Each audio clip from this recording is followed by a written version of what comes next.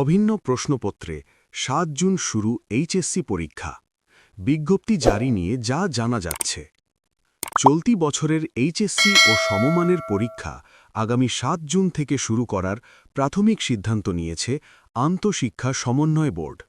তবে শিক্ষা মন্ত্রণালয় ও প্রাথমিক ও গণশিক্ষা মন্ত্রী ড অনম এহসানুল হক মিলনের চূড়ান্ত অনুমোদনের পর এ বিষয়ে আনুষ্ঠানিক বিজ্ঞপ্তি জারি করা হবে।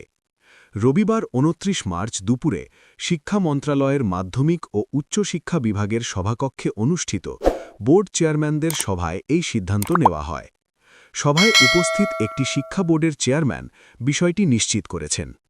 নাম প্রকাশ না করার শর্তে তিনি বলেন, এইচএসসি পরীক্ষার সময় ঘনিয়ে আসছে, সেজন্য পরীক্ষা শুরুর একটা তারিখ ঠিক করতে গতকাল সভা হয়েছে।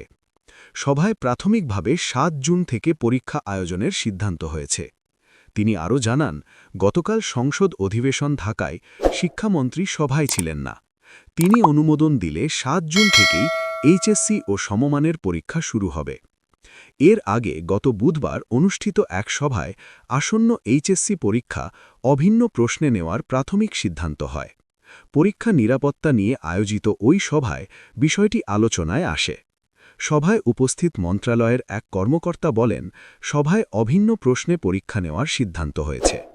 আসন্ন এইচএসসি পরীক্ষা অভিন্ন প্রশ্নেই হবে, তবে এসএসসি পরীক্ষা ভিন্ন ভিন্ন প্রশ্নেই নেওয়া হবে।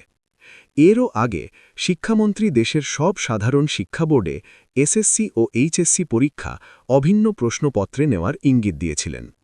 তিনি বলেছিলেন, দেশের সব শিক্ষার্থীর জন্য একই স্ট্যান্ডার্ড বা মানদণ্ড থাকা উচিত। বিশ্বজুড়ে যদি বড় প্রতিযোগিতামূলক পরীক্ষা অভিন্ন প্রশ্নে হতে পারে, তবে আমাদের দেশেও তা সম্ভব।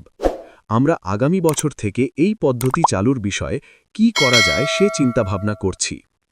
তো শিক্ষার্থী বন্ধুরা, সারা দেশে ভিন্ন ভিন্ন প্রশ্নপত্র না হয়ে সব প্রশ্নপত্র এক হলে কেমন হবে তা আমাদের কমেন্ট করে জানিও। আর সকল আপডেট তথ্য পেতে আমাদের এডুকেশন টাইম চ্যানেল সাবস্ক্রাইব করে আমাদের সাথে থাকো। আজকে এখানেই শেষ করছি। আবারও দেখা হবে নতুন কোনো গুরুত্বপূর্ণ ভিডিও নিয়ে। তোমরা সবাই ভালো থাকো। Thanks for watching. আল্লাহ হাফেজ।